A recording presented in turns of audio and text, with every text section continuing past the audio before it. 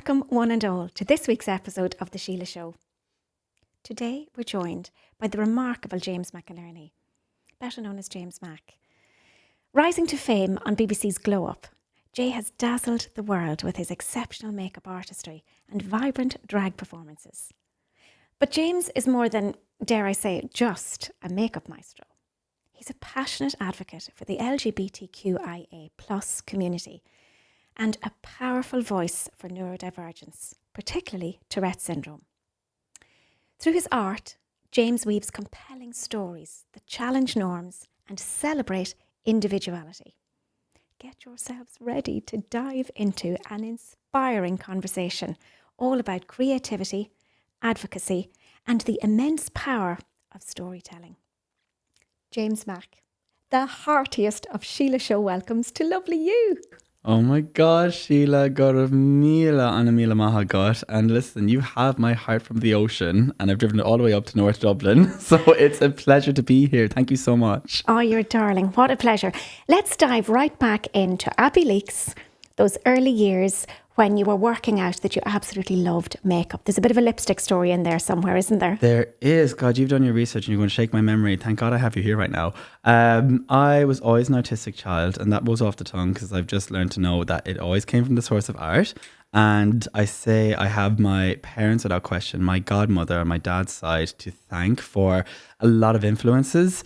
And I started sketching in school, and I just think a really pivotal or memorable moment for me was around Amy Winehouse winning the best album for the Grammys, Back to Black, and all the girls wore lashes and liner in school. So around 2007, 2008.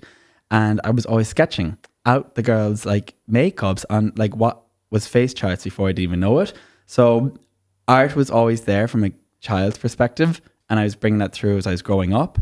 But yeah, to pair it back, primary school, I just loved art, and it's about color vibrancies. Like I can't taste or feel it enough, or I mean, well, that's why I go then and create something to fulfill, that stimulants. Yeah, you knew from an early age that you loved art. Makeup was one of the ways that you could express that.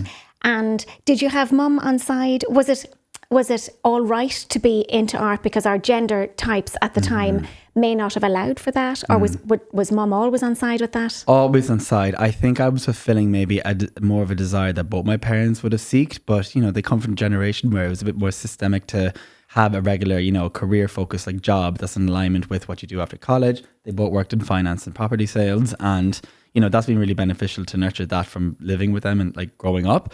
They never like ceased to, if anything, they had to encourage me to be a bit more out there. I am a sensitive soul, 100%, like masked underneath all that powerful makeup and all the, provoke queerness, that kind of sense of confidence. I think there's a lot of hypersensitivity that as a younger kid, I was scared to say, Mom, Dad, can I please like have more crayons? I was almost like apologizing for like how free willing they were to let me just explore any avenue. So the influence on art was there. And I'm so grateful for that because it kept my interest like infused for probably a lot longer. How do I say this? Probably a lot longer than on average what, that kid's ideology of like, when I grow up, I want to be a painter or an actor or a star, or, I was building sandcastles. I thought I wanted to be an architect. Okay, I was terrible at graphic design, so I dropped that in junior cert. But the love for the art never ceased. They would have, and still do obviously now, looking at where I am, support it. So they never like honed that in. And they were letting me even, dress up at an age where we talked about, just quickly gender rolling on what it's like to influence, continuing art and being expressive in whatever regards. Like I was doing dress up in my own mum's clothes until I was like 11 or 12. And, there was a point where they thought maybe for my safety at the time, where do we like guide him? But when I look back after you asking that question, yeah, I'm very fortunate. Yeah. And I've learned how fortunate I am through, becoming an adult and growing up as well. So art's always been at the core. It is. And we can see that in you. And even all of the other things that you do as well, Jay, you bring that sense of art to the human you in order to nearly even give other people permission to show up as themselves as well. Because very often I am a practicing psychotherapist, and I work with a lot of people who don't know whose life they're living. They really don't. Sometimes people are living their husband's life or their parents' life or their friend's life, and they just get lost in all of that. So one of the greatest expressions artistically of any of us is to just show up as ourselves, unapologetically. And even if we then have to, after that, work out why, for whom was I showing up before? What did that say about me?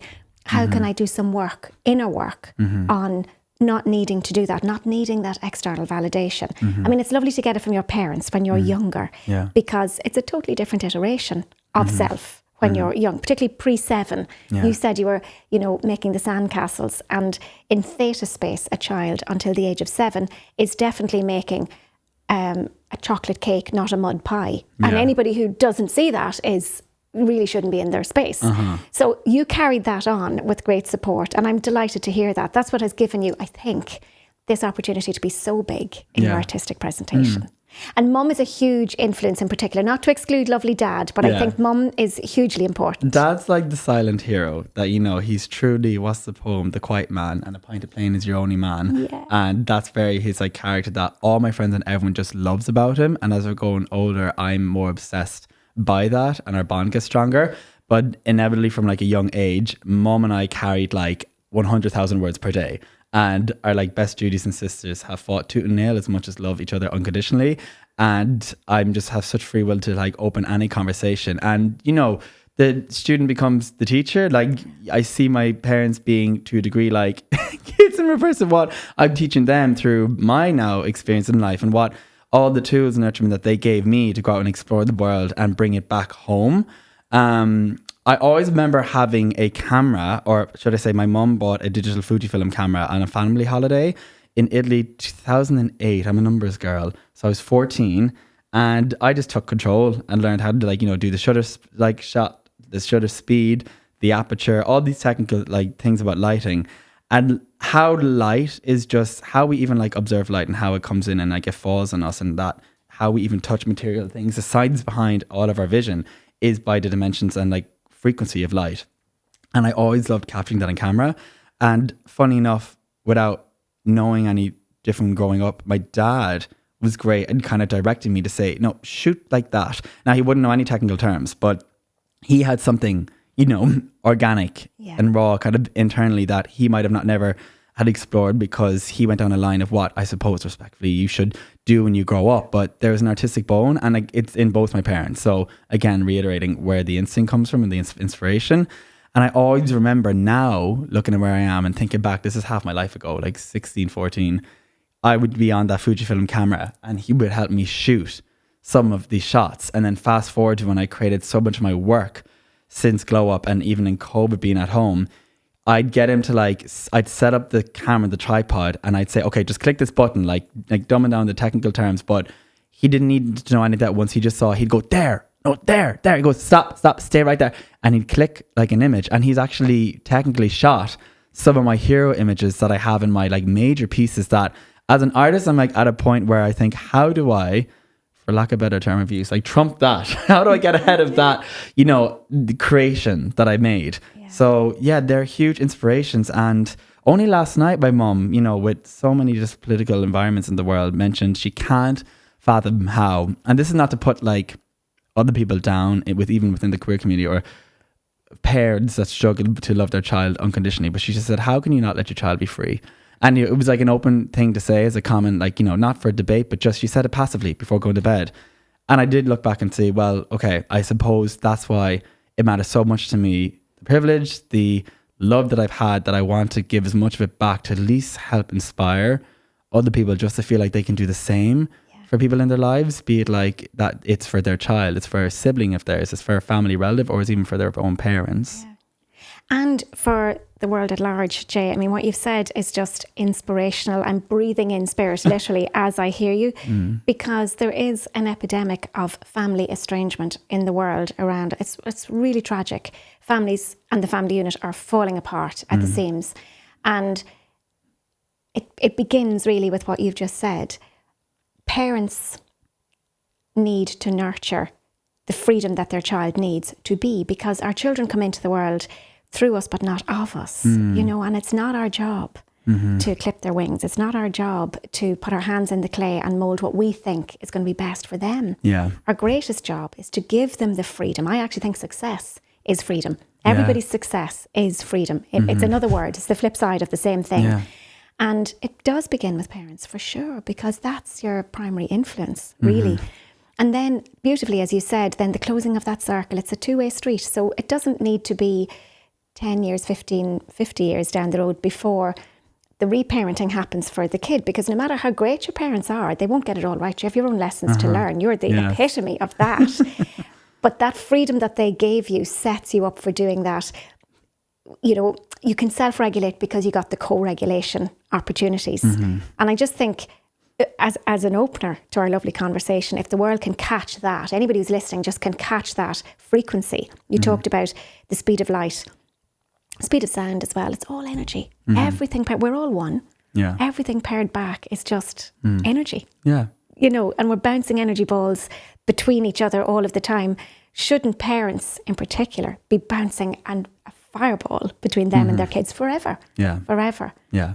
I guess, everyone has just different circumstances and experiences going on within the family home or their lives that different things will crop up at different times. So I suppose just to put a bit of logic on it and time, keeping born and raised in Abbeyleix, County Laois, and born in Dublin, I should say, and raised in Abbeyleix, County Laois.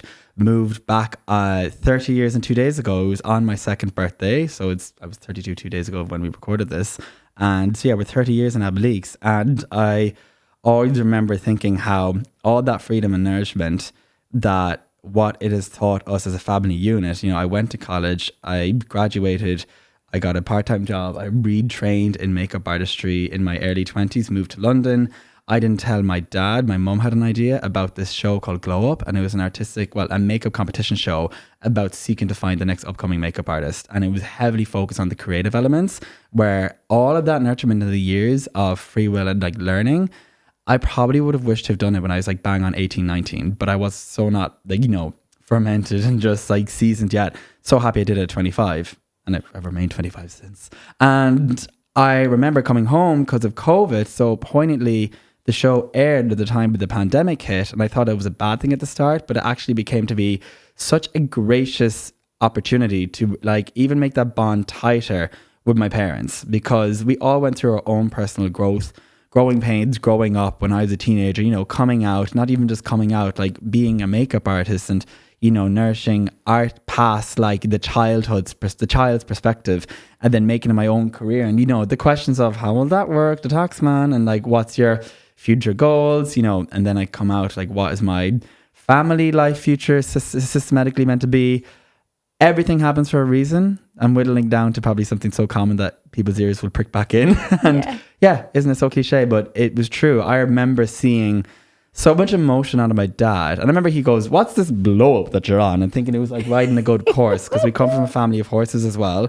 And my bond with my dad growing up would have been competing in a lot of hunter trial courses across the Midlands in the spring term.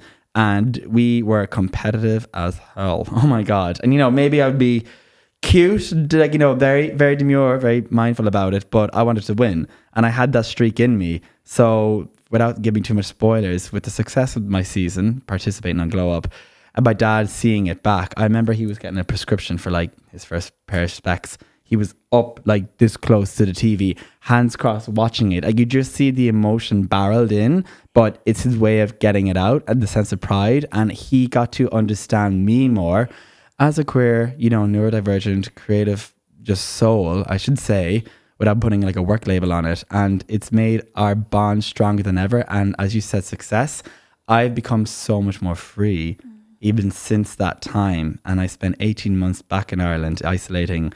And it's just my mum, dad, me, myself, and I. I always say I gave them a hypothetical daughter because I became a drag queen as well. So, there's spirits in the room all the time. It never feels like a lonely place. Oh, Jay, I love it. I absolutely love ranting. it. No, I'm it's sharing and allowing us all to get into the story. You're such a storyteller as well. You tell your stories as beautifully as you create them with your art and your dance and your performance and all of the different iterations of you.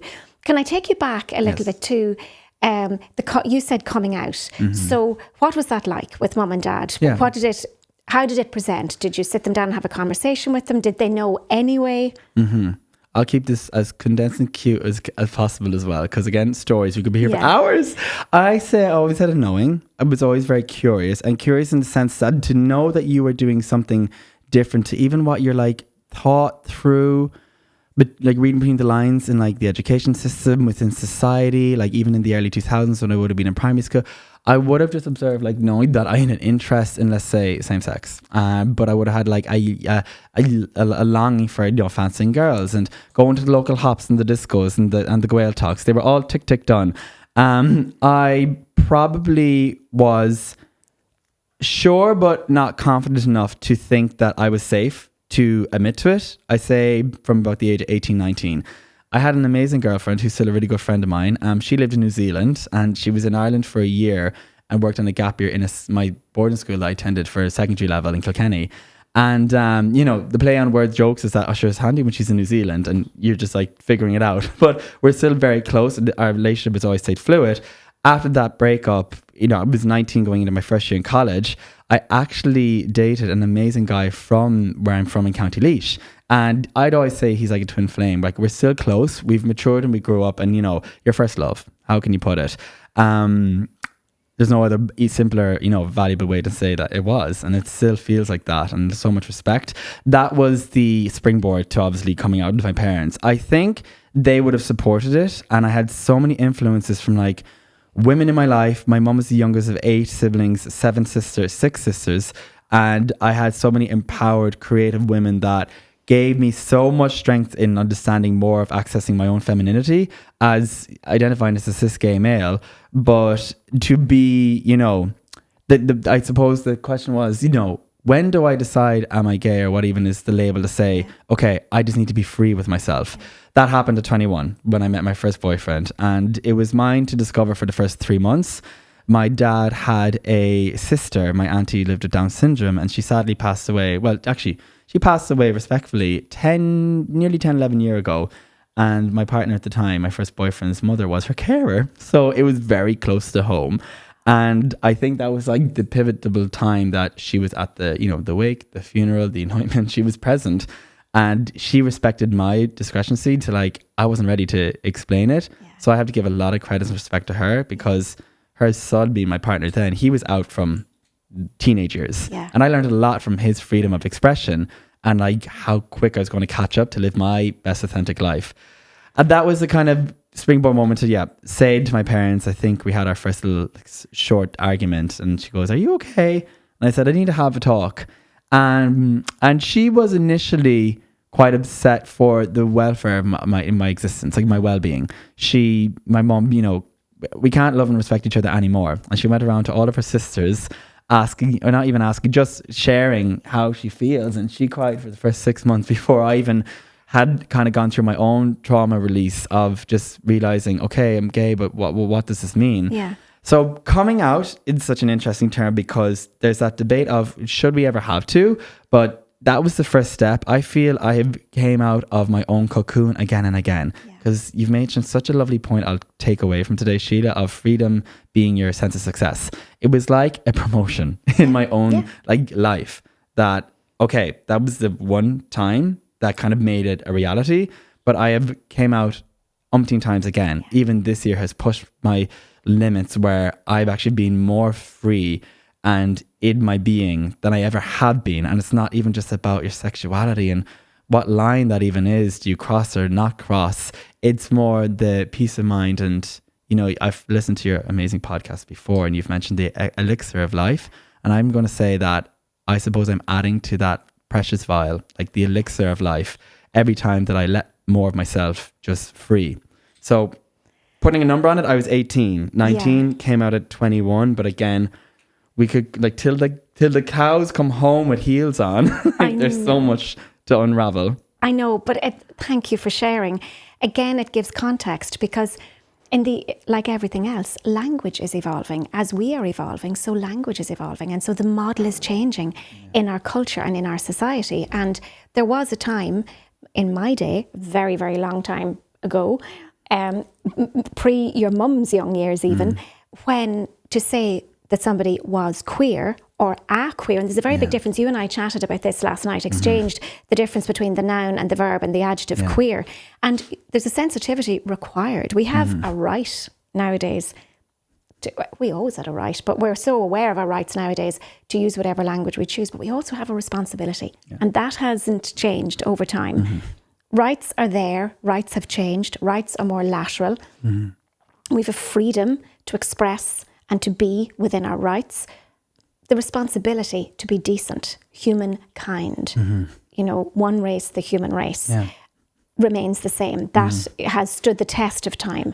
And the fact that, again, I only used the phrase come out because you did, and I took my cue from you, because like that, I'm aware that for lots of people, part of their freedom is not to feel that they need to come out, because I never came out as heterosexual. You know, so why would you have to come out as gay? Yeah, I know this is a very hard time for you right now, Síle. We'll really pass through the heteronormative struggle bus. Yes, and here I am public facing and sharing the news, you know, all these years later.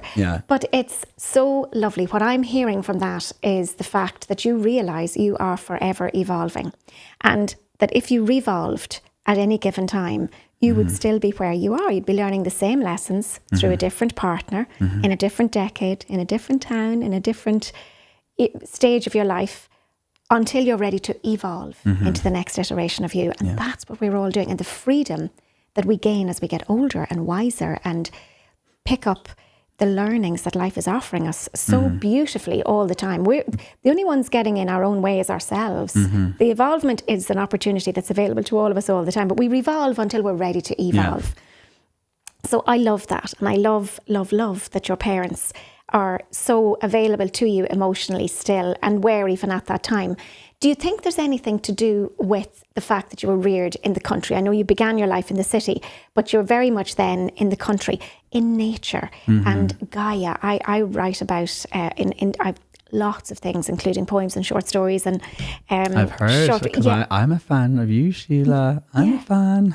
And I write about the Gaiism. So the Gaiism, so you can imagine where I'm going with this. Gaia is Mother Nature. And when I'm there in solitude, and there's a big difference between, you know, being lonely and being in solitude. I adore time in nature, and I have a Gaiism every time. Happy to share. And I think when you're reared in the country or with access to nature, where people are of the land or appreciate the land, I feel in my own life experience that there's a greater opportunity maybe to evolve and see the beauty of that. I think the world is sharper. You see the trees differently, and you see, you know, the changing of the seasons out your window. So you appreciate, perhaps not to depreciate anybody who's born and reared in the city, but I'm wondering, do you feel that it had a big influence on your creativity? Listen, I'm a cheeky devil. I'm going to say I've had a few guisms myself, and COVID was full of them. I absolutely am so grateful that I've been reared in the countryside, and I'm very connected to it. It is a big influence on my art, my creativity, my soul. So I would say I really tapped into my creative sense and self in COVID, having already filmed Glow Up, but I created the best level of work possibly to date in this time that I didn't know I needed, by choice, not by force, to be, you know, hiding or isolating for safety in 2020, 2021. And I created amazing work that was inspired by a beautiful place that I'm very fortunate to come from in Abbeyleix. And there's a bog walk behind us. We were within a 5-kilometer walking space, social distance of a forest. There is a paddock there. You know, we have horses in our lives. There's an orchard. I'm probably selling too much of a perfect picture, but, you know, you can't deny when nature's there. It's just a fact. And I'm really happy about that. I say there's a famous drag queen from the franchise RuPaul's Drag Race, Trixie Mattel, would always say, touch the grass and be humbled by nature, folks. And I'm like, amen, sis. Touch the grass to be grounded. It definitely calms me. It helps me connect to this innate creativity that I think is definitely there. But to have this influence help me tap into it and help me sustain it. That, again, I keep referring back to like that, I don't know why, this example age of 13 or 14, let's say teenager years in school, and you think, oh, I'm going to, like Toy Story, she puts the toys onto the bed, like you close the child's door. It kept that door open for me. So I'm so grateful for nature having done that. And, you know, I'm speaking from my own experience. I'm not saying this is the answer for everyone, the blueprint. But yeah, to be where I am, nature's a huge influence, and I always come back to it. So I'm never not, stray away from Ireland as much as I travel a lot, and I've traveled to some amazing places in the world where, I connect with different cultures, and nature will always be like a choice of mine. And it's probably what brings out the best to me. I'm born on the winter solstice, and in the Northern Hemisphere, it's the darkest time of the year before the light re-enters. And I've always been obsessed with the light and the passing of my own birthday on the 21st to see the spring awakening, because I'm obsessed with like evolution and growth. So I remember I used to write down in a journal like when the cherry blossom would burst, and when I'd see the first petal, and when I'd see the first orchard or the first chestnut leaf. And it would always be actually up in St. Stephen's Green. I don't know what they have in the parks there, but they have a week or two ahead of us down in the countryside. And I remember thinking, end of March, the leaves are blooming. And that, like, watching nature grow, it obviously meant something about how that's kind of instilled with me, where I just do get a sense of peace. Yeah. And yeah, it inspires my creativity a lot. Like I've turned myself into fabrics of trees, moss, materials, and that almost helps me tap into the freak of nature. That makes me more like, this is fun. And if people tag along, great, and they support it, and it might inspire others. But that's where I felt like I've started to do it without having to ever do it for impression. And just being in control of like your own creativity and choice of like sense of freedom in that regards. It's so special. So nature is a huge influence for me. It still is. And I was lucky that when I was younger, I was in a lot of extreme natural like environments. When I was 16, I actually left transition year in school, and my mum worked really hard for me to have an opportunity to live in Switzerland. And when I graduated, I think I was the youngest level 2 international ski instructor qualified in Ireland. And I lived in the Quatre Valley in Verbier in Switzerland. So I was waking up to these amazing, like just rolling mountains of like, ice cap snow, this huge valley. You could see Mount Blanc in the distance. And it was enduring now, the fitness level I needed for skiing. And I also was just fortunate I had the option to, try skiing as a teenager. So again, respectfully grateful for that. But what it did to tap into my sense of nature and then pivot to when I was 18, I actually hypothetically failed my leaving cert. I didn't get my required grade in English. With all of this chat I've got, couldn't get to the point. And I took a gap year before repeating my Grinds English in Leinster College in Newbridge. And I went to Lapland. And I actually lived in the Arctic tundra inside the Arctic Circle for 4.5 months. And in point in question, on the winter solstice day, 21st of December, the extremity, the sun doesn't lift over the horizon from mid-November till February. So it was pure darkness with this most raw red light from about 11:30 a.m. till only like 1:45, and it dipped again. And I remember thinking the power of like, I used to be afraid of the dark and think the darkness brought out this seasonal kind of, lower energy in me, but that actually invigorated me because I was only turning 19 at the time. So having gone to different like extreme parts of the world where nature is so severe and like fierce, it's just kept my inspiration really like alight. Is that even a word? Like alive? Yes. So I'm always seeing such beauty at any time of year, or more so, I'm connected to a higher frequency and vibrancy anywhere I go now. And even if it's back to the city, back on the road, people that I meet, yeah, I'm grateful for nature in that regards. Yeah, wow. What a fantastic start. End scene. I know it's a lot. Parents they're so creative. Because you're an only child. So to share their only child with the world like that for his betterment, for the expansion that they knew was available to you, but that they couldn't necessarily give at that time. They could see that you had capacity, that where you were in Abbey Leaks wasn't fulfilling or giving you the opportunity to grow in. I really honour that. Listen, I'll humble myself. I'm sure I've been a brat as well and a little bit of a diva and annoying at the best of times. God forbid, I'm not perfect. There's lots of flaws, but those flaws are like so much crack to me. Yeah, absolutely. So, doing all of this, I suppose, is a betterment of what they are like together with the genetics that created me to have this yearning to go out. And then, the father would say, oh, sure, you're so like your mother. And then the mother would say, oh God, that's a trait of your dad's now, not mine. Yeah.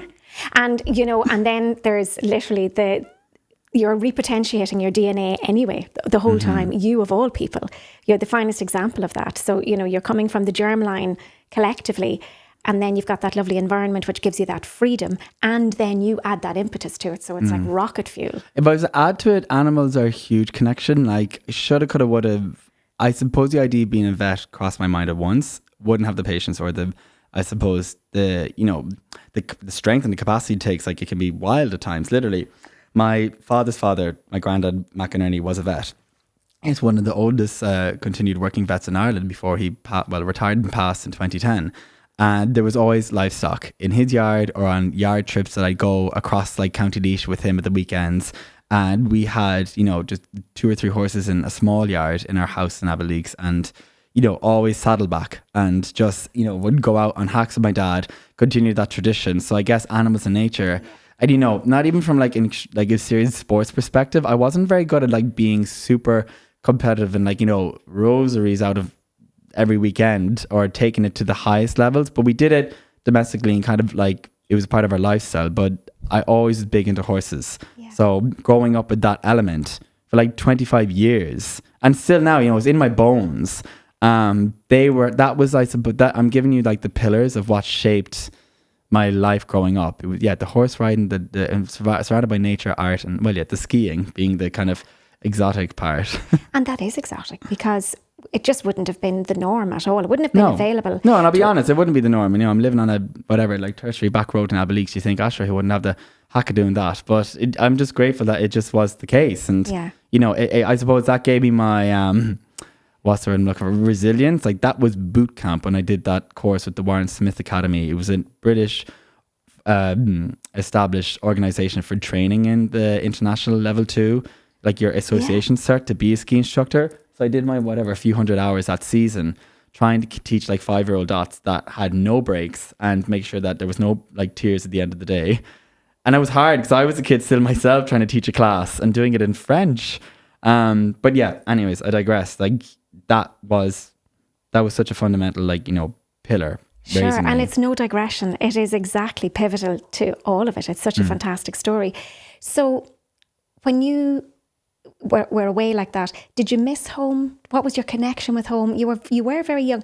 I'm interested that did you have your French fluently at that stage? I learned French because of having to live in Switzerland. I was being taught French it was compulsory language in school. My mum did French and economics in UCD however many moons ago, and she got it to a very good standard. It was an au pair in France when she was in her late teens, and that was the first time my mum and dad ever experienced like being on a plane. It was actually chaperoning like a horse. They'd have the hold by lead rope going in a flight to bring horses over to a yard and train on different stud yards in France during the summers, because both my parents came from a village adjacent to Abbeyleix called Mount Rath and on the Limerick Port Road, and both mum and dad, like they lived on the polar opposite ends of the town.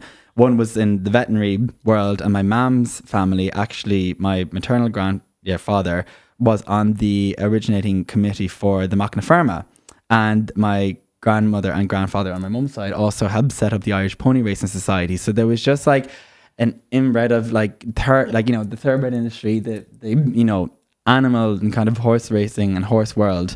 So that was always a big influence. And because of my mum's growing up being an au pair in France and French economics, she would have like influenced me to sharpen up on my French, which helps me a lot because I work internationally and have like an intermediate level. I'd have to go back for a season to pick it up, but it's somewhere in the back of faire de rêver and trying to like remember it all while I sleep. I started because of being in Switzerland, and then I went back to school to do my leaving cert. I was in a co-ed boarding school from my 6 years of college or secondary level from 2006 till 12. So those 6 years pushed me kind of out of home. Was always a homebody, but I got so used to being away. Yeah. And then because of that early introduction to 16 living abroad, and then choosing to take myself out of, the family home when I was 18, like slightly #bored and wanted to do something and not be like a college reject, because everyone else got their first CAO degree. And like at that point comparison, it was a thief of joy. I was freaking out that I wasn't in college. And I think because the call was coming from inside, that I also was like checking in on my identity, had a sense of like, this quote unquote coming out terms. I didn't know how to do it by myself. I thought I needed to go away to experience it a little bit. Yeah. So, that was part of the living abroad in Lapland as well. So I've never missed home as much, but it's like, God, do I miss it when I'm there? Because I know how much I love coming back to it. Yeah. And I think I just always know it's a safe space. I've never felt like I had to go away from it. Yeah. And I've met a lot of like amazing people within the queer community that I've invited so many of them home, that I have seen so many walks of life that it might not be their fortune. And without like enabling, thinking I must fix you, I'm just always like, come home. Yeah. You're like you're my sister.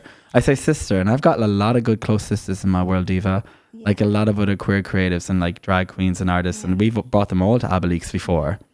So that sense of family just it goes further. Yeah, indeed. Wow, what a gorgeous story. And it feels very Oprah. I feel like I'm just like giving it all the gold medals. I'm sorry. Why wouldn't we? But why wouldn't we? Yeah. Sure, that's what the world is about.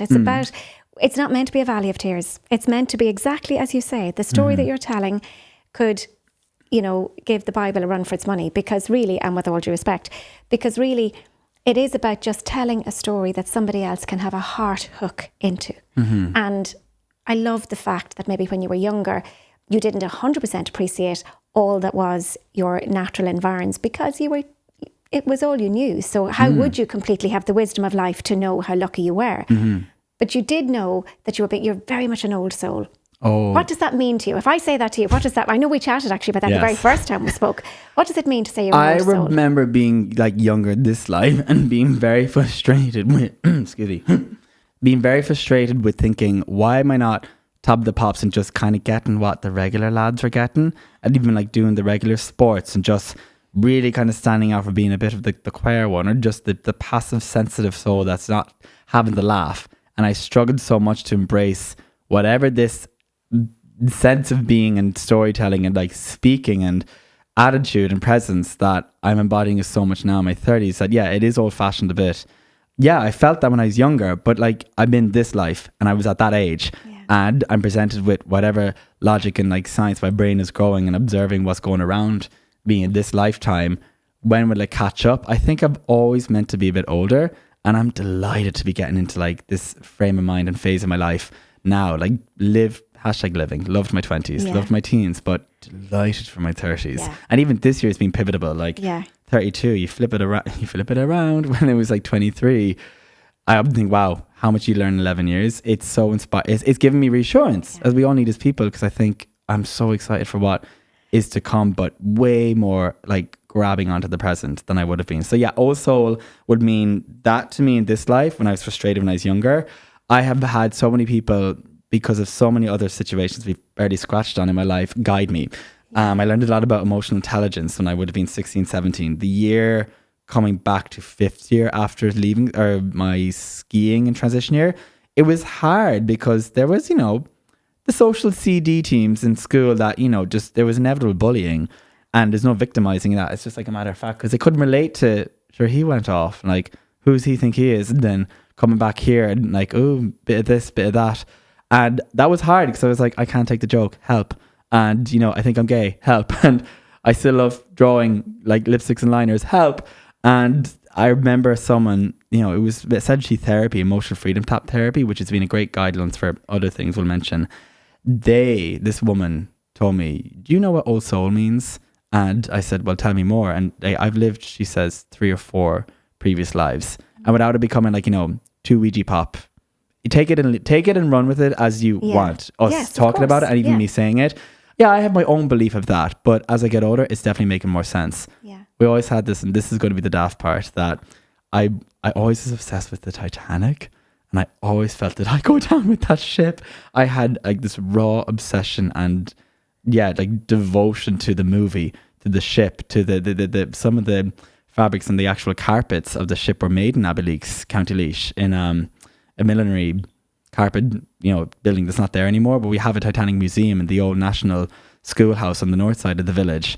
And I always think, is that ironic that we're even living back here? I'm so close to an old connection. So sorry, another long story short, I do think I'm an old soul. Yeah, Sheila. but I mean, again, it's a perfect addendum to the point that you're making. It's nuanced, but it's there. Was I perhaps in that situation in a previous life? Mm-hmm. Am I making this up, or am I wakening up to it? Yeah. Is it in the fascia of me that was me then? And therefore, can I just make my peace with that? Because again, that's freedom. That's the emotional freedom. So the emotional freedom therapy that you were doing was giving you the freedom to tap into that, because our bodies are keeping score, not just now, but from previous generations. They are. And we can just be with that rather than do something to mute it. Very often we'll do things that mute it that aren't necessarily very healthy. Yeah. The more healthy ways we have of just sitting with that and, actually going out into nature with those thoughts. I just adore nature, and like that I live very rurally. I adore where I live. I feel blessed that I literally see the 4 seasons out every window. Everywhere I turn in my house, I see the 4 seasons happening. I talk to the cows talk back. That's a whole other story. Don't worry, the sheep and the horses were getting some good diction after 18 months in COVID, and all I saw was 20 people and a whole just livestock. But the thing on is, the back horses roads are actually so proud. Maybe and how it's you not make. yeah, but the horses, they're so proud they won't always talk to you. So you needn't be lonely and go to the horses. But if you go to the cows, they will come to you every single time. They will look at you with their beautiful big lashes and their doughy eyes, and they will chat with you. Talk to me about the lashes, I know. They're amazing, I know. But and when I'm there, I would tend to bring whatever issues are in my tissues at a given time, and I just offer them to the space around me. And I do, in the name of the knowing and of the feeling and of the holy intuition, I am. Wow. So that was my reinvention of I steal that. faith. Oh, please do. Borrow without permission. I know. Yeah, a nice low, no interest. I love it because we have logic, which will tell us certain things. You talked then about emotional freedom therapy. That's the feeling. I had an experience a couple of weeks ago, really, really unfortunate experience. Somebody who just needed to vent, and I choose to take it quietly as a compliment that my bright light drew them, and they were very, very antisocial and inappropriate in their venting in the space that I was in.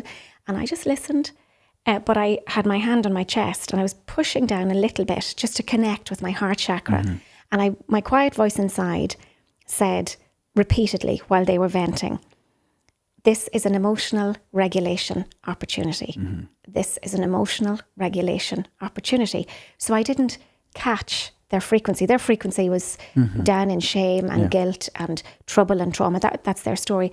I was trying to hang on to the coattails of Buddha and Jesus in my frequency. But I was afraid I'd be, and it's easy to get sucked into somebody else's trauma and somebody else's story. But if you can do that, and I practiced that in nature. So I fixed the roof while the sun is shining. I had it there then available, just like a sharpened emotional tool. And it's really helpful. So, in the name of the knowing. Going to do it now. Yeah, Here we are. In the name of the knowing. We're working it. We're live, folks. We're live, ladies and gentlemen. In the name of the knowing. Let's do it. In the name of the knowing, yeah. And of the feeling. And of the feeling. And of the holy intuition. And of the holy intuition. I am. I am. I am. And that's it. And you just breathe. Just stay there with that then. And you get the download that you need every single time. The holy intuition to me is the old soul part. So, this is relevant. When somebody is able to trust their intuition, which I believe is the immune system, the belly bugs, that microbial community, when we can believe in that and defer to our intuition, we're having conversations with whoever's the God of one's own understanding. We're definitely open to guidance at that point. So when you're in nature, you're never alone. You are all one with nature. And then the messages are coming. You just have to be open and ready. I'm going to add that to my... I used to love Lady Gaga's Father, Son and House of Gucci. Yeah. I have to put a fashion twist on it. I know that. So thank you for sharing. You're so welcome. And I love that idea because I think when we are immersed with Gaia, that surely is the very best time to receive the downloads. Yeah. So in terms of the downloads and in terms of definitely the old soul that you are, I glean from you that you trust your intuition. I'm also gleaning that you're coming from a long line of people who were ready to be ready to be ready, and they birthed it into existence through you. So you're getting to, I think, celebrate the work of many, many generations before you, and you're repotentiating your own DNA as you go. Now, you've had a lot of other issues then in neurodivergent space to deal with, but you do such amazing work for that. Will you tell us about when you first realised you had Tourette's and what you're doing now for everybody else, giving them permission to, be and not feel that they can't be their gorgeous selves with however they present in life? I already feel emotional in a good sense. Like my chest has literally gotten warm because obviously it's a huge part of me. And if you're watching on camera, you would have seen some of the stims. I have Tourette's syndrome, so I've had it all my life, diagnosed from about 14 years old with signs developing at 4. Tourette's syndrome is a dysregulation of the neurotransmissions in our, the chemicals in our brain. So imagine it as like a text message with a few typos. So a bit of a bumpy road, but we get to the end goal eventually. And one of the most common misconceptions that people might have heard, to note, or possibly seen and heard, is people be like saying this, like, profound things and swearing, involuntary. So they would say things out loud in public spaces and they can't control it. And I think that is an interesting like observation of how we as society see Tourette's. And I want to, kind of melt it down to that to give an introduction in case people don't know what Tourette's syndrome is. There's also a motor neuron disorder form, which is in physical tics, twitches, and stims. And stims are repetitive forms that come from an overrided stimulation. I have motor neuron Tourette's syndrome. So I've got tics, and I have kind of almost like my on-brand famous tic where I turn to the right and I overstretch on my right side of my neck a lot. If you asked me to go left, I'd be like, sure, what are you talking about? So weird. It's true. Yes, that's what Tourette's is. The next thing I get asked, because, I've learned to know what the outsider has asked before to rephrase it back. There is a lot of pain attached to it. Sure, because think of like over exercising and straining a certain muscle, or verbally, like people have stims where they hit themselves and there's a lot of fatality involved without again playing it like woe was me or danger element, but it's just a fact. And another just an example is like, imagine getting like a mosquito bite or a nettle sting that you repeatedly come back to it and you can't let that itch go, because fulfilling that itch is also like giving that sort of stimulants and dopamine hit and need that you have to resuscitate. So it can come on at a later point in life. It's most commonly a genetic that's transferred through chromosomes. So it's like hereditary, but my, mom and dad or other like family lineage might not have it. I just seem to be the carrier that it presents. And it is truly part of my makeup, which is more irony in itself. I have put it to the side when I was younger to question it. My parents did the best to discipline me with how much they knew, and putting it to the side meaning that I didn't know what it was, but I was also living with the consequences and the pain and the social situations. And my parents' biggest concern was just for me to be a happy, healthy child amongst all the accolades we've gone through, which is wild in itself. But Tourette's is searching for a stimulant. So I think I'm hyperactive because I've got an excessive amount of just being and living to do. And, what I've learned is to be careful of that override, because I can fall into extreme states of exhaustion and elements of, depression. And, the play in the mind is huge. I'll let you interject again, because it's, I'm opening a huge chapter here. Yeah. But that's on the cuff what Tourette's syndrome is, just to give it some, fair explanation first. Thank you so much, Jay. Thank you for sharing your story with such gentility and such authenticity and such life experience, because reading a book just couldn't possibly trump. Might I actually just say, Síle, then it's interesting as well, not everyone's situation with Tourette's is also the same. That's another kind of front epilogue of the Tourette's for Dummies book, just to mention there. So, I'm telling my chapter or my story with it. And again, I also grew up with not knowing of many other people living with Tourette's, which is an experience in itself that probably shapes more of who I am, that I'm, unraveling. Yeah. But yeah, sorry, And again, that you're, dealing with it so safely and integrating it into your life rather than trying to put it into the shadow of you. And I have to bring mum and dad into the conversation again and say, you had that permission slip from the get-go to be creative you. And this is part of creative you, that you can embrace it, integrate it, and make it a teach tool. So you have your Tourette's Tuesday social platform. Yes. And you had an accident recently that you shared. So you hurt yourself. Will you tell us about that? Yeah. So this actually is a really prime example because it's real time. I'm now 32. It was a month ago.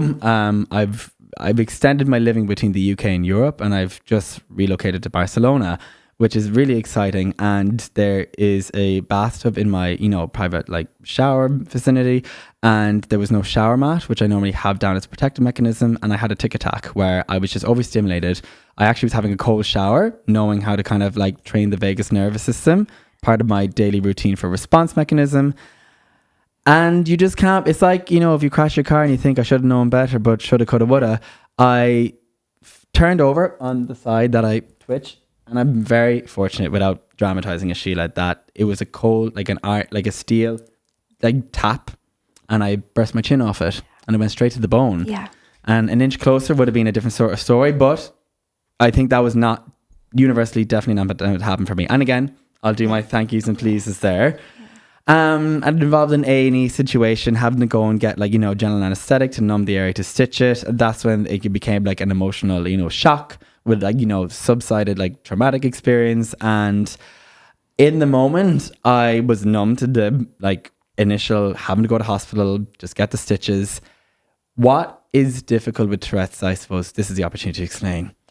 Your sense of guilt and shame to think, did I do this to myself? And the years of before even knowing more about how to help myself living with Tourette's and what information has only been uncovered, even in the 21st century. And people have lived with Tourette's for decades, it's for centuries. It's not just new to society. It's as misunderstood, if not more misunderstood than cancer, just to put it on more of a science level, because there is no cure, or the diagnosis is actually quite vague. So you're kind of, to the best respect, up to your own understanding how you're going to handle it. So this accident happened recently, and of course the tears came.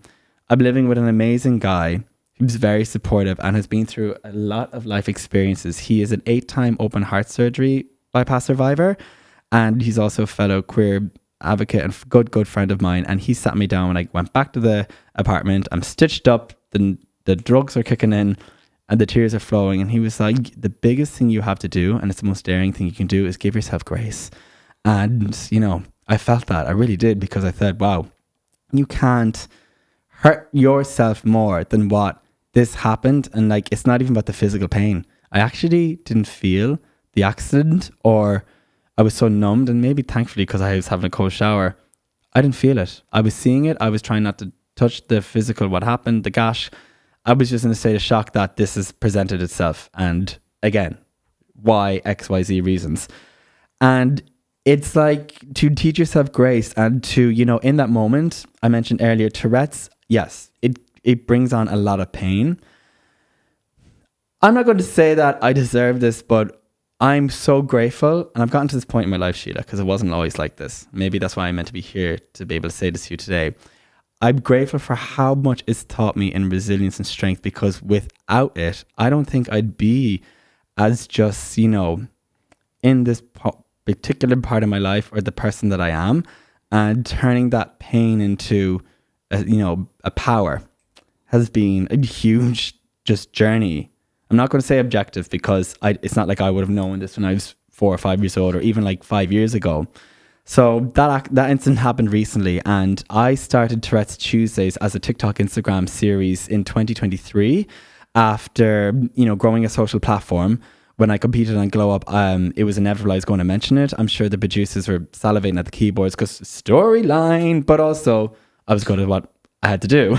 Yeah. And, it provoked a really interesting question. How can I have certain delicacy and attention to detail to such precision artistry and live with Tourette's?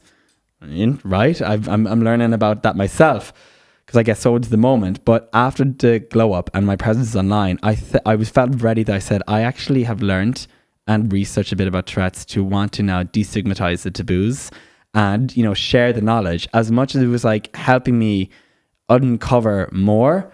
And, the more we share as a point of self-help, but my priority for doing it is also engage with the Tourette's community. And it's not that we're all a bubble of people with Tourette's. It's the family and friends that are associated with Tourette's, because it is a much bigger ripple effect.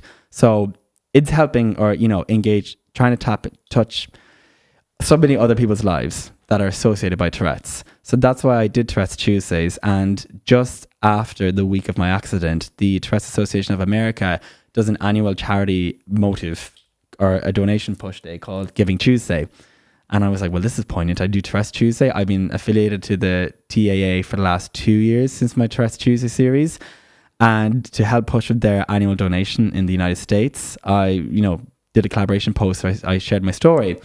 I felt prepared to share it. I felt prepared to share it maybe a week or two afterwards, but this was now only 2 weeks ago. So it was a month after my incident. My incident was early November. and it's for the greater good. You know, I have a nice little gash. It's a nice cruise. You know, I actually put a bit of red eyeshadow and it's a bit sexy. I'm just not going to say it, but you know, I'm not dying to have another fall. It's definitely been, I'm going to say, have you read The Alchemist and the book about the shepherd from Andalusia seeking into the Sahara to find his treasure? It's funny how I've felt growing up that Tourette's was quite a curse. Why me? Oh, the struggle bus has been there. It's been real. And I still have my dark days. I still have my moments on good days when I have to hold on to the wheel of the car. I've got to do the homework. But what it has given me in like light of knowledge, education, the people that I've met, the idea of like your deeper power, so much of what you've like attributed to our conversation, a deeper understanding and well-being. I'm meant to have this, I feel. And I'm still like, I'm sounding very like complete right now, but no, I'm still on a huge journey of where living with Tourette's is like so much more empowering to me. And it always has been, but like, I have to get to this point. Yeah. And I'm so excited because can you imagine where I'll be going next if this is what I'm also, you know, discovering now. And yeah, like obviously it'll never be 100% easy. Like I feel emotional mentioning it now because I think it's like, it feels like a success to get to that freed, like more of a freed point. And you know, I felt free before I fell in the shower. Yeah. I felt free even at the hospital, but I feel more free just learning more every day what it does for me to better myself and how that's helping just so many other people, because I want other people to get to that place as well. There are no words, James. There are no words. That is absolutely gorgeous. And I'm excited for you because as you grow and learn and lean into these lessons, you're just literally making space for the next piece of the curriculum to show itself to you. And then as you're regulating that vagus nerve, that's really important work to be doing. Mm-hmm. Not least because you have to manage stress. We all do. Yeah. And you know more poignantly why you need to manage stress. Mm-hmm, so you'll be building in these accommodations, winning your morning to win your day, being on time so that you don't accentuate a stress point when you have to get somewhere, all managing things for all obvious reasons and then some. And it's interesting, just quickly, Síle, that I once heard from the woman that has introduced a lot of emotional freedom therapy when I moved to London 8 years ago, and I was like, what's going to happen? Oh my God, it was just a trial internship on a TV job. It was meant to be 3 weeks. I stayed 8 years. Lol. And she said, give time. That's been one of my mantras that I believe was led to it and had faith in it. Only believe in it now, having had passing of time since I first heard it 8 years ago. Yeah. That it's like kind of my crutch, or you know, we all need faith and a belief in something, and it's my belief. And even in the worst case of living with tics, and when I have good days, I'm happy that I did believe in giving myself that time, because I now have to use these skills and this power to help with other people that are finding their own capsule starting with understanding more. And it makes me just happier on a daily basis to know that this is an exciting life ahead, living with TS among so many other things. Just wanted to bring that in because I do believe in that too. Absolutely. Divine time, you know, is trumps linear time all the time, all day long. And when we can just lean into that, then we don't have to have the answers. So we've a greater expression of self in that. Another one that I want to hit, when I was turning 30, I was in Thailand. I was very lucky to go and with a partner that I had to Thailand for my 30th. So it was this time 2 years ago. And we spent the New Year's in Khao Sok Regional Park, which is kind of like the peninsula belt. So it's not really your Phukets, the islands. It was somewhere in the middle, very unique. And we were staying on this beautiful like resort in the national lake, like floating in the water.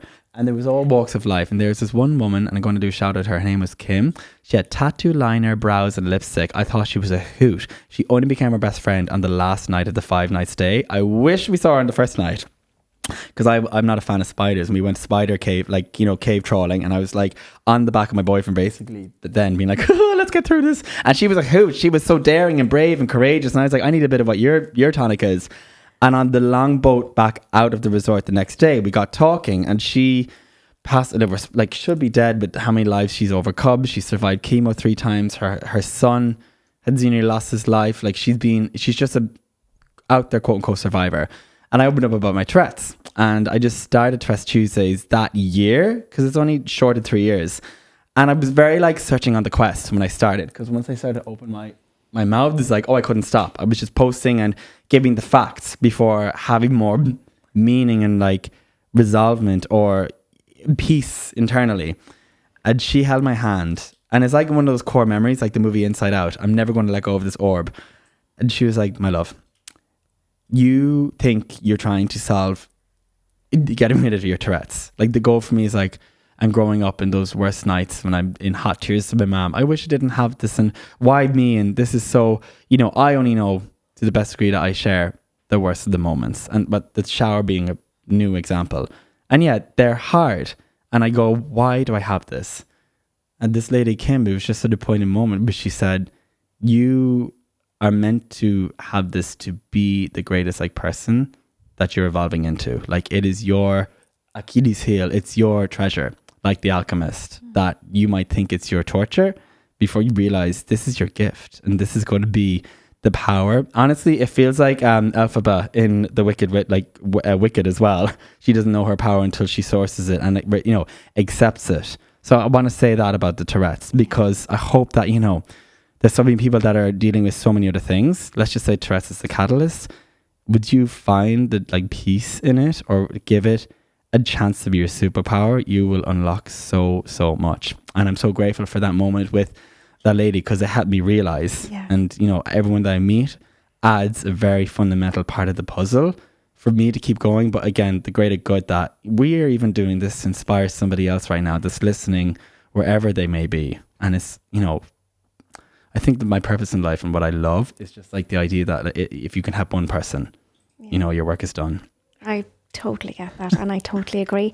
And I think that, as you say, all of these things that appear to be the trip hazards until we know better are actually our opportunity to heal and to love ourselves more.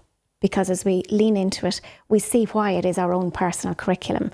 You could go to that proverbial field full of people carrying their own different crosses. You know that one, Jay. Yeah. And you're given the opportunity to swap with anybody else's cross. And as you try to bear the weight of it, you say, oh no, hang on. No, let me try a different one. Oh no, hang on.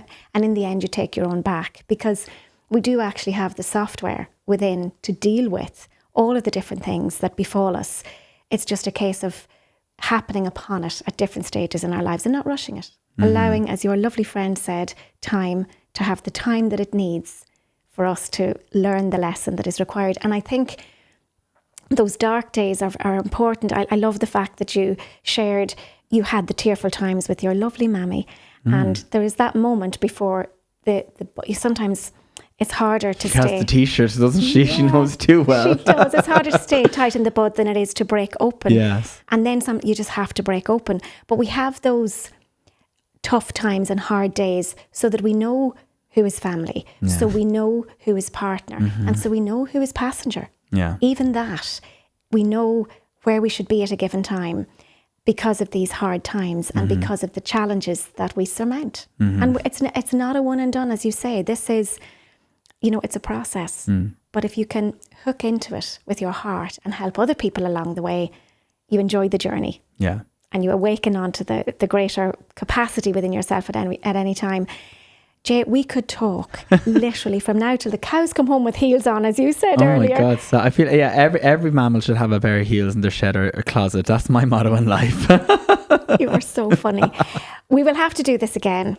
We will. I'm going to challenge you to the thing that we suggested before we start. You said one of these days you'll do drag with your mammy and you'll do drag with other people. I want to be in there doing that. Hands down. I want to be there. You're a drag queen diva. You are a drag queen. Slay the boots. Don't you dare upstage the queen. Don't you dare. Oh my gosh, she's daring as well, ladies and gentlemen. RuPaul. Who? Daring. Yes. Okay. Jay, for now, thank you so very much. Continue to be the absolute diamond that you are. You are bringing amazing stories to the world in your art and healing to the world in all of the Tourette Tuesday series and all of the other wonderful work that you do as an advocate for LGBTQIA+ and all the other things that we didn't get a chance to talk about. But we'll do it again. We'll do it again. That's the joy of a girl míle maithagad. Agus nóla chuna did as well, Síle. Oh, nóla chuna agus labra has son of it. Oh, girl míle maithagad again.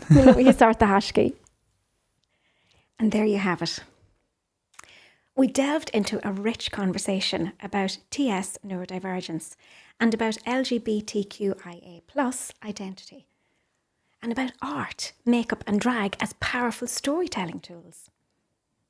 In all of this, we explored what it means to truly show up as yourself without needing external validation. It's about embracing your identity and your journey. It's about celebrating your unique expression, one that's genuine, vibrant, and unapologetic. So, dear listeners, your task for this week is to reflect deeply. Ask yourself, whose life am I living? Who am I showing up as? And for whom? Why do I show up this way? Visualize your ideal life, the one that feels authentic and true to you, and then consider the daily practices and habits that will bring you closer to that reality. Remember, choosing yourself is a journey. It's a daily practice of self-honouring and self-expression. So keep asking those questions. It's not a one and done. Keep showing up for your true self, and know that when you choose you, everything else will choose you too. And so it is.